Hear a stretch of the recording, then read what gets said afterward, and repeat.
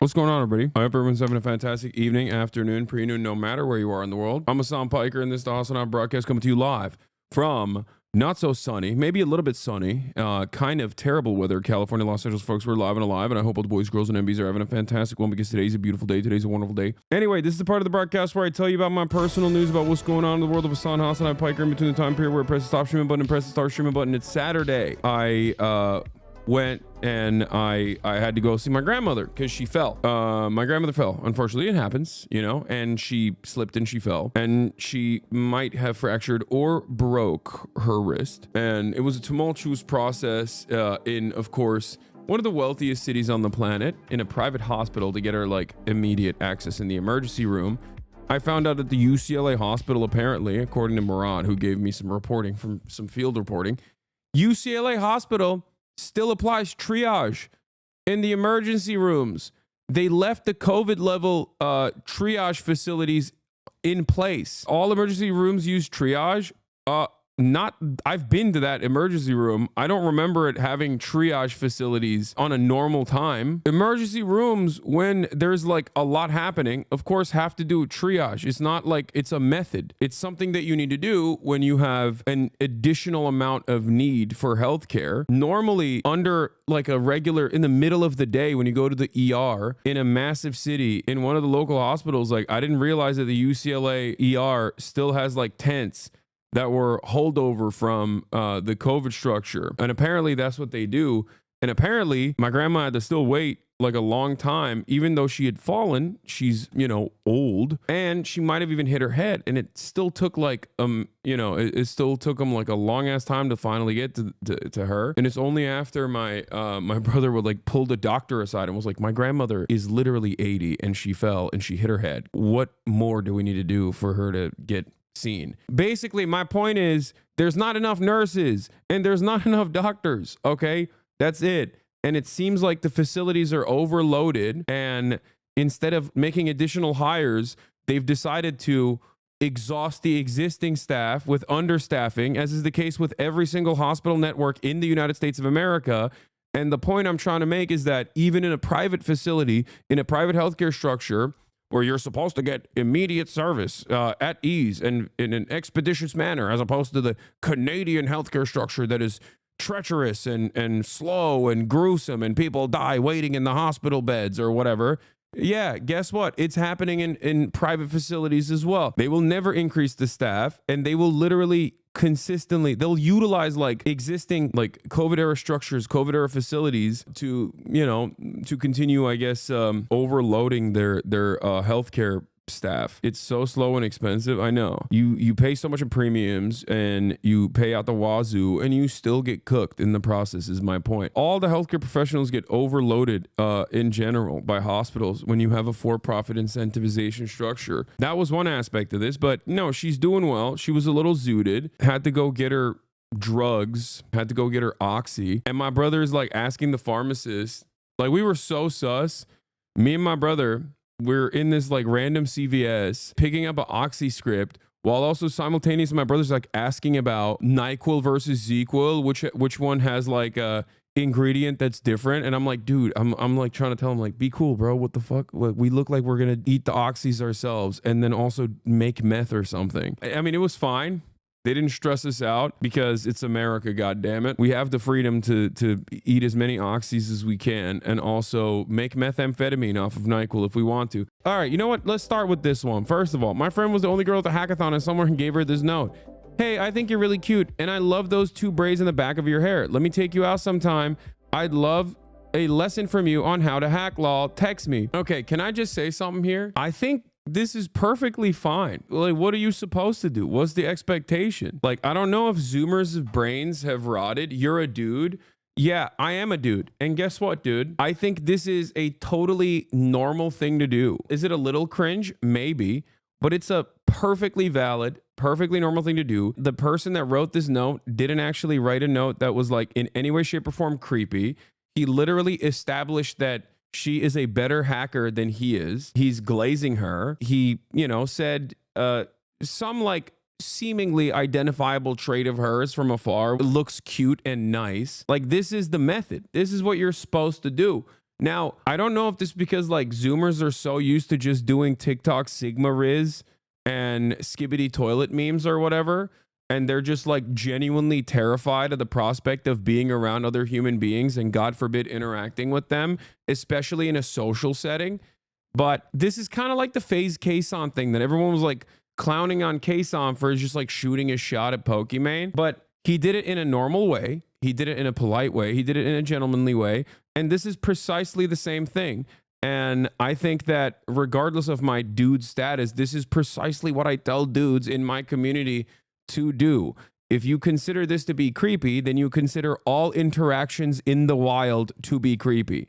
That's it. If interactions such as this one is considered bad and wrong, or dare I say even immoral, if you want to take it to that degree, then you just don't want any interactions whatsoever in the outside world. I have no notes even. I have no notes on this. He wrote a little note instead of like directly asking her in person, which I guess like that's the only difference there, is that he was probably a little shy to write it on a note rather than directly ask her. Having said that, what is the expectation here? But also on the other hand, I don't even think like people are clowning on this person that much. And what I have seen is like other accounts maybe clowning on this person a lot more for even posting this and blasting it. If you try to politely flirt in America, they publicly shame you in front of millions of people. I mean, this is funny, but it's also kind of true. It's like, like what is happening? If we consider all social interaction in IRL settings to be cringe, scary, immoral, messed up, grooming, inappropriate age gap relationships, or whatever people are suspecting from the outside looking in, then holy moly, that's terrifying.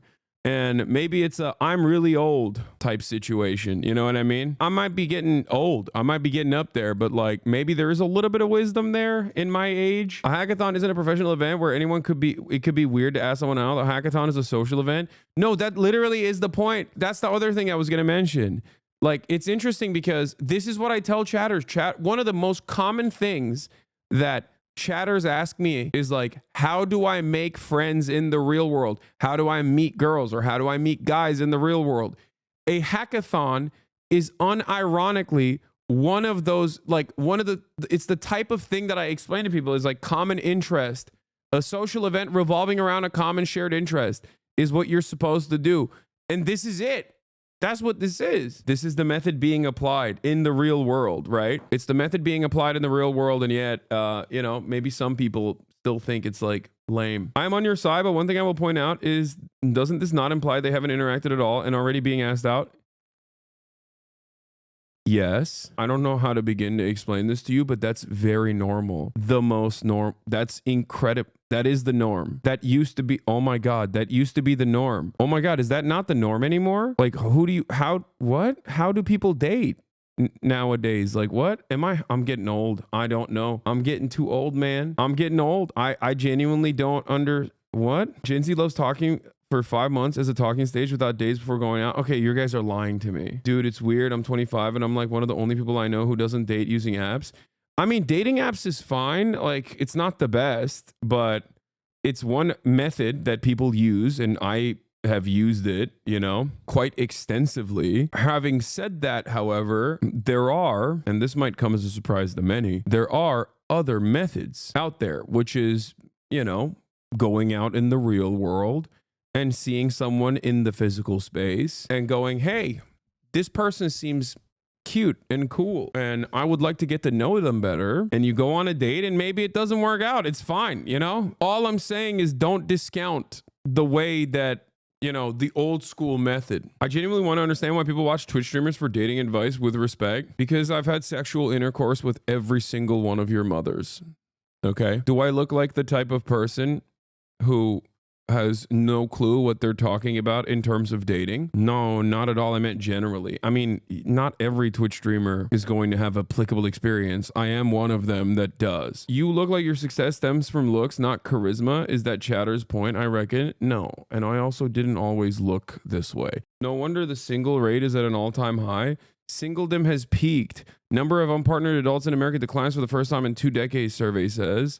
American adults are looking for love, or many are reporting they found someone. For the first time in almost 2 decades, the share of unpartnered adults who are neither married nor living with an unmarried partner in the United States has declined. This decline coincided with a slight rise in couples who reported being married from 50 to 51%. You found signaling possible change in America's relationships. Singledom has peaked. Dr. Richard Fry, a labor economist who conducted the survey and has worked as a research analyst for Pew for 23 years, told CBS News, you know why people are being forced into coupledom? It's because of the labor market. Like, the labor market is forcing people to be isolated, but it's also simultaneously purchasing power and lack thereof that forces people to have to couple up so that you double up on your purchasing power. Otherwise, you're just so unimaginably cooked. So it is officially looped back around. It initially was making it impossible to find a partner because you're constantly working and everyone is constantly working.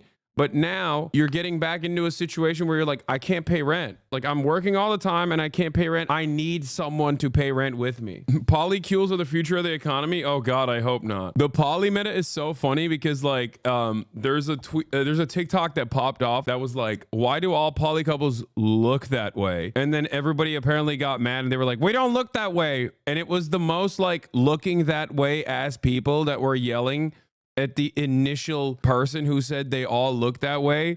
It's hilarious. Everyone that was like, excuse me, we don't look that way. They did.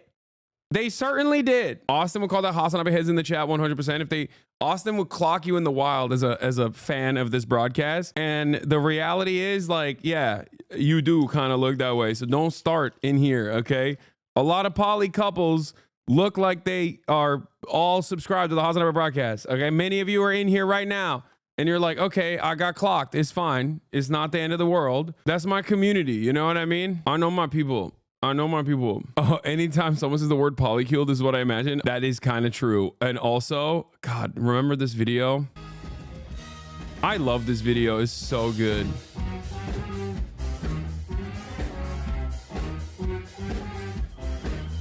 God, what an incredible video. This video lived in my mind for an extended period of time for good reason, because it's such a banger. It's such a classic. I don't get it. Aren't they having fun? Yes, man, they are. It's all right. You can just like kind of, I mean, they are having fun. I don't want to, you know, I don't want to do anything about it. I'm just laughing. Can I not laugh? Am I not allowed to like look at that and be like, damn, they're really invested in this? No jokes. It's still okay to be cringe, okay? Also, speaking of cringe, Grimes tweeted, just for my personal pride, I would like to state that the father of my children was the first American druid in Diablo to clear Abattoir of Zir and ended that season as the best in the USA. He was also ranking in Polytopia and beat Felix himself at the game. I did observe these things with my own eyes. There are other witnesses who can verify this. That is all. In awe of her brain. I'm not a communist. I'm probably a capitalist, but I think the incentives in capitalism are bad. And the dollar should be backed by something more meaningful, like trees. I know that's insane and likely impossible, but I'm an artist, so my job is to say things like this. Okay, look, I'm sorry, all right? Grimes gets to do this, all right? That's it. That's all I'm going to say. Here's my counter. Here's my counter. This is it. This is my counter.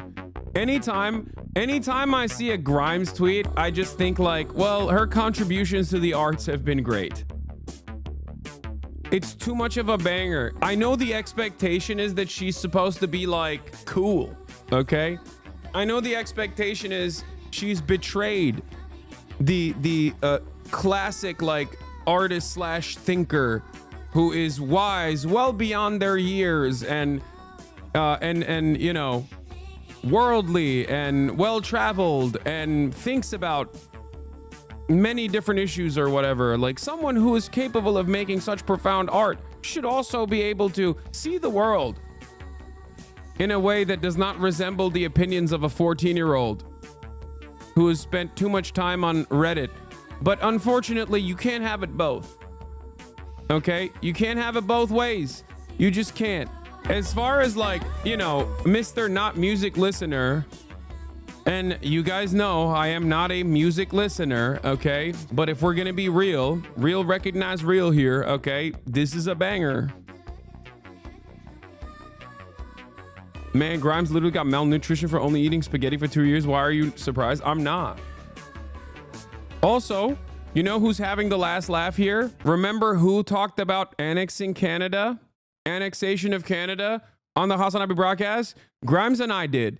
And guess what's happening now? Many years later, as Donald Trump is becoming the next president of the United States of America in 2 days, what is going to happen? The annexation of Canada. So who actually had the brilliant foresight? Who did? Grimes did. Okay, this music is horrible. Oh my God, Hasan, you broke my heart. I feel like this is one of those moments where like a lot of people will be like, oh, Hasan, you don't listen to music, so I'm going to automatically auto dunk on you on this. But saying that Grimes, especially her old work, is bad is insane. That song is like almost a decade and a half old. What are you talking about? It's incredible. Yeah, it's crazy to say that her music is bad. Like, that's her old stuff. I'm not talking about the new. I haven't really listened to any of her new stuff, but like, come on, dude. Are you kidding me? The worse her takes are, the older you have to go back into the library. Why are we taking this moment to defend Grimes like trees, bro? No, I'm not. I'm not even defending her. I'm just saying everyone expects her to be, I guess, like a worldly person, an intellectual, you know? The expectation is that maybe she does a lot more listening and a lot less, you know, talking, and then develops a fully flushed out worldview. But the reality is, it's not going to happen. Musicians only go in 2 directions nowadays, you know? Which way, Western man? Cryptocurrency bag holder with like insane worldviews that are so adolescent that it requires further examination, or Varg. What is this? Enjoy some hater tears. It's very funny to see a Destiny orbiter crying about someone defaming them. Wait, what? Failed musician genocide denier LONERBOX admits his audience of small children. A short-lived political commentary career was ended by Hasan Piker taking a small detail one day to spotlight this pathetic, poorly researched videos. Wait, what? What did I do? Wait, he quit? I did that? How did I? When did I do that? Wait, what? Bro, I've talked about LONERBOX literally its collective total on this broadcast of maybe like 35 minutes max. In that process, the first, I would say, 30 minutes of me ever talking about LONERBOX on this broadcast is overwhelmingly positive, as my audience yelled at me and told me that he actually engaged in a lot of, like, you know, Israel apologia. And I was like, I don't understand. He introduced me in his videos with like with the likes of you know, Beast Process, and like, I think he had a very charitable opinion.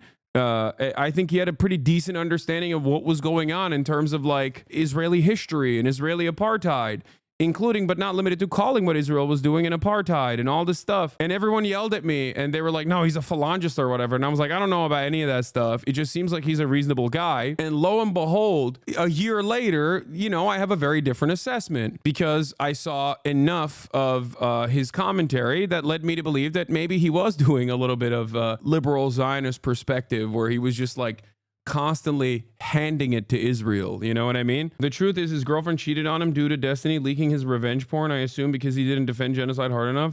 I don't want to know any of this stuff, and I don't think that I am responsible for him quitting. I don't know why he thinks I did that. I'll just say this much, okay? I was charitable to LONERBOX because I thought that he was, you know, I thought that he had a decent understanding of what was going on. I thought he was pro-Palestinian, okay? For the longest time, in spite of the reality that he had done numerous Hasan actually is pro-Russia videos on me prior to that moment. The reason why I approached him in that regard was specifically because despite his interest of becoming like a Destiny orbiter, a Bonerelli orbiter, I still thought that he was, you know, on this issue, a reasonable person. Like, this man has made probably, what, 40 videos on me, and he thinks that I ended his career.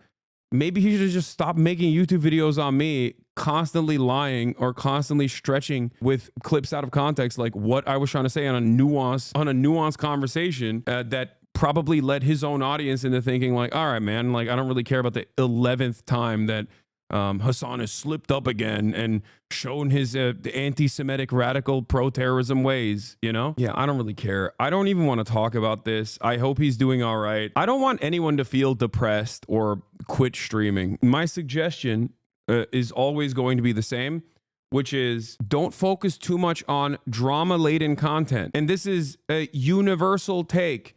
This is my genuine perspective, okay? Which is ironic because people are going to say, Hasan, you're covering drama right now. And I'm trying to cover it from a healthy approach. And I've said this for years to a lot of content creators who make a living off of just like drama related stuff, it gives you an initial boost, especially if you attach yourself to a larger content creator by constantly going, this guy sucks, come watch me instead.